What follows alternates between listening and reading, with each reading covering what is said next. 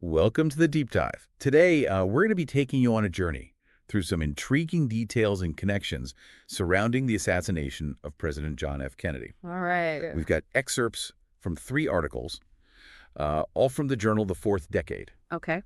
And our mission is to uncover those fascinating nuggets of information Right.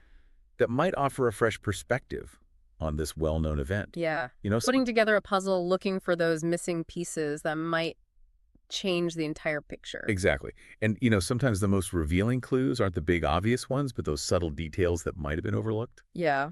So let's dive into our first article, Wake Up Christians, Miltier After the Assassination. Okay. This one focuses on Joseph Miltier, Right. a figure known for his extremist views. But what's interesting here is what he did after the assassination. What's fascinating is that Miltier didn't just react to the event. He saw it as an opportunity. Right. He travels to South Carolina to meet with members of the Ku Klux Klan, not to mourn Kennedy, but to exploit his death for a chilling purpose. It's almost like he had a plan ready to go. Yeah. The article details how Miltier wanted to use the assassination to spread anti-Semitic propaganda, blaming the Jewish community for Kennedy's death. He even drafts a pamphlet titled Wake Up Christians, Oh, wow. which claims that Zionist Jews and communists were behind the assassination, a truly disturbing attempt to manipulate the tragedy for his own agenda. The article highlights how Miltier describes the assassination to the Klansmen as a mastermind job, Right. saying the Jews would never be able to lay it at the feet of the patriots. Right.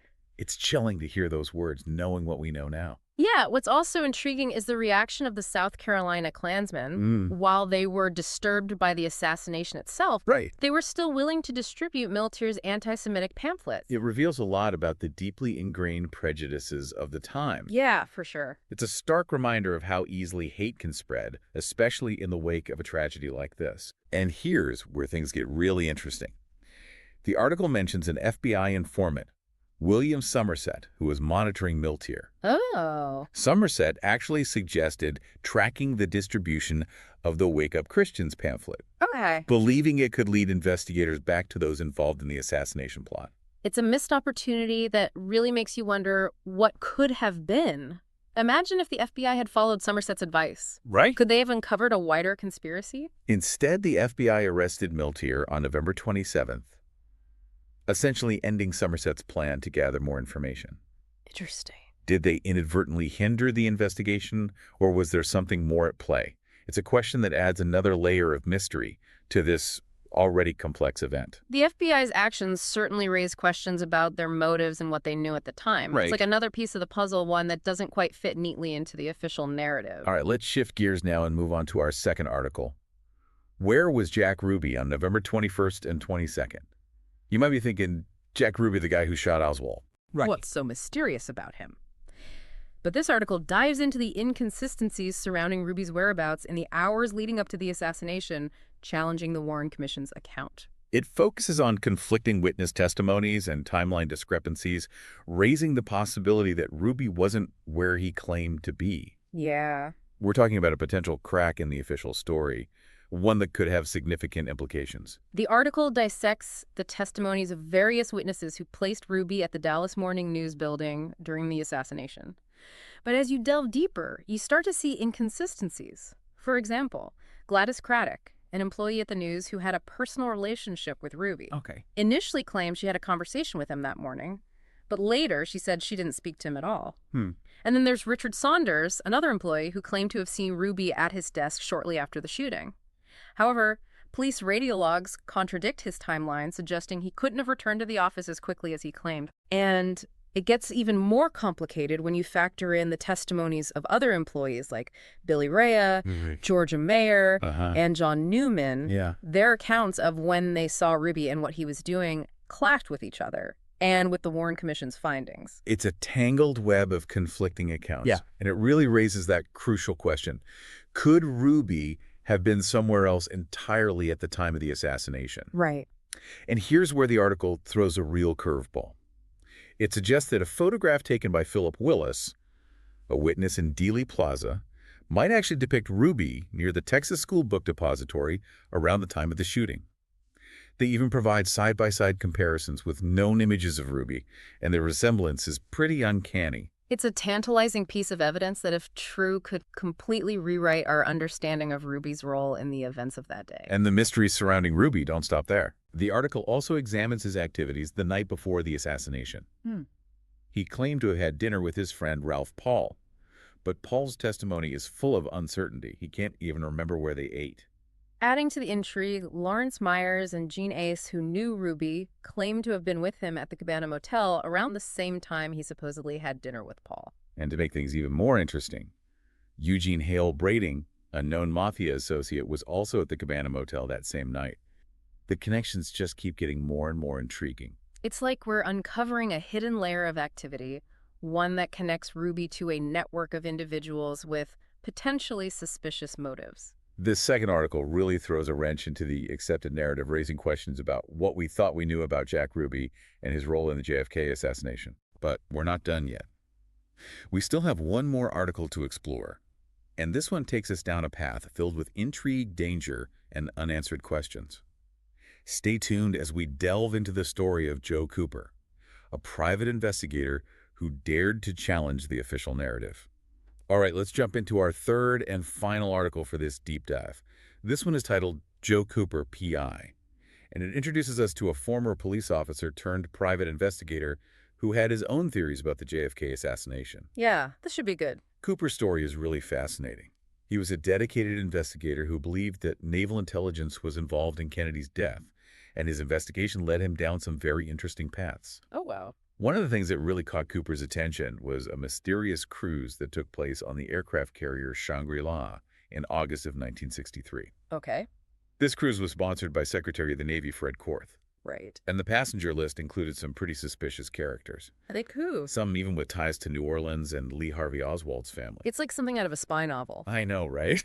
You have this high-level cruise with a guest list that reads like a who's who of potential conspirators. Exactly. And Cooper was convinced that this cruise was connected to the assassination.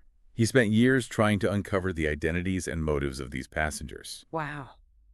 piecing together clues and following leads that pointed to a possible conspiracy reaching the highest levels of government. His investigation didn't stop there. Right. Cooper also uncovered an alleged plot to assassinate President Kennedy just 2 days before the event. Really? The article details how a man named Kent Whatley offered $25,000 to Leroy Wheat and pilot Billy Kemp to fly 2 passengers to South America on November 22nd, the day of the assassination. That's a bombshell revelation. You have this alleged plot unfolding in the days leading up to the assassination, and it seems like Cooper was right on the trail of something big. Now, here's where things get even more interesting. Okay. Remember how we talked about Jim Garrison's investigation in a previous deep dive? Right. Well, it turns out that Billy Kemp's wife, Maxine Kemp, Right.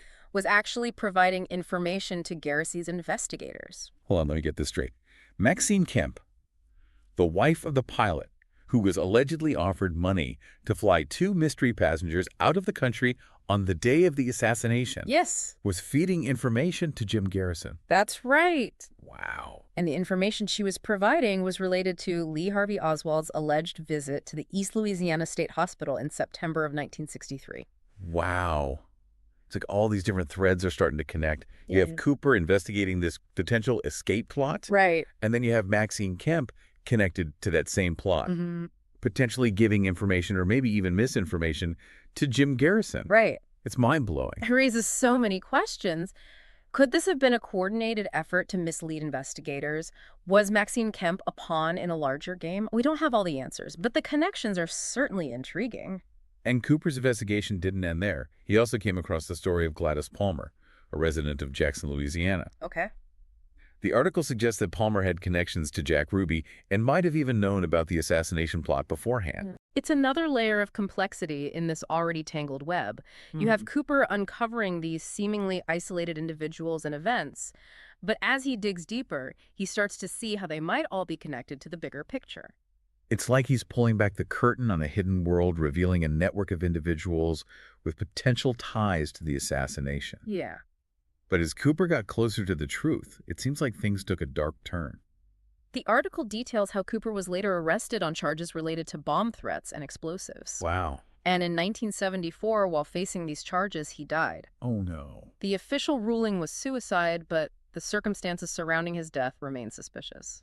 It's a tragic end to a story that's already filled with mystery and intrigue. Was Cooper silenced to prevent him from revealing what he knew? Or did he truly take his own life overwhelmed by the weight of his discoveries? It's a question that lingers even today.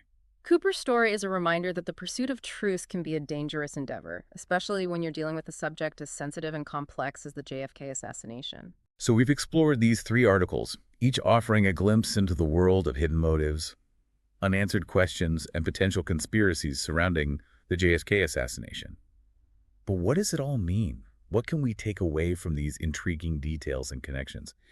It's amazing how these 3 articles, each focusing on a seemingly separate aspect of the JFK assassination, start to weave together a much more intricate tapestry than the official narrative presents. It is, isn't it? We started with Joseph Miltier, a man ready to capitalize on the tragedy to push his own hateful agenda. Right. Then we delved into the mysteries surrounding Jack Ruby, questioning his whereabouts and potential connections. Yeah. And finally, we encountered the story of Joe Cooper, a relentless investigator who may have paid the ultimate price for getting too close to the truth. What's striking is how these figures, often dismissed as fringe players in the larger narrative, emerge from these articles with a newfound significance. Yeah. Their actions, their connections, their very presence in the story raise questions that challenge the accepted narrative and demand a deeper look. It's like those seemingly insignificant details. The whispers and shadows are suddenly illuminated, revealing a network of intrigue that extends far beyond the surface.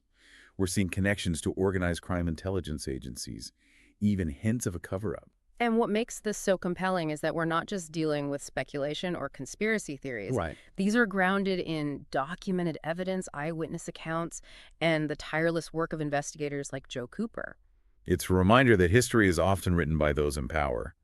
But the truth can be found in the margins and the stories of those who dared to question, to dig deeper, to challenge the accepted narrative. Think about it. You've got Miltier, who understood the power of propaganda and sought to manipulate the tragedy for his own twisted purposes. Right. Then you have Ruby, whose actions, while seemingly impulsive, could be interpreted as part of a larger plan to silence Lee Harvey Oswald.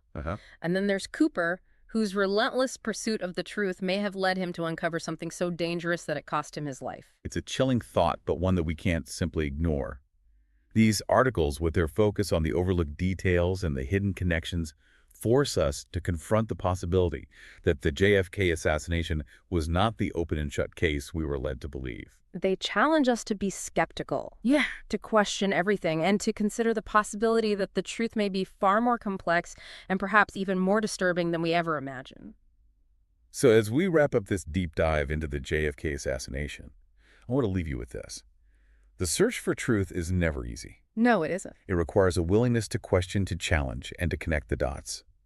Sometimes the most revealing answers lie hidden in plain sight, waiting for someone to piece them together. Don't be afraid to delve deeper, to explore alternative narratives, and to draw your own conclusions. The truth is out there, but it's up to each of us to seek it out. The deep dive is all about empowering you with knowledge, encouraging you to be curious, and sparking that desire to learn more. So keep exploring, keep questioning, and keep diving deep into the world of information. Until next time.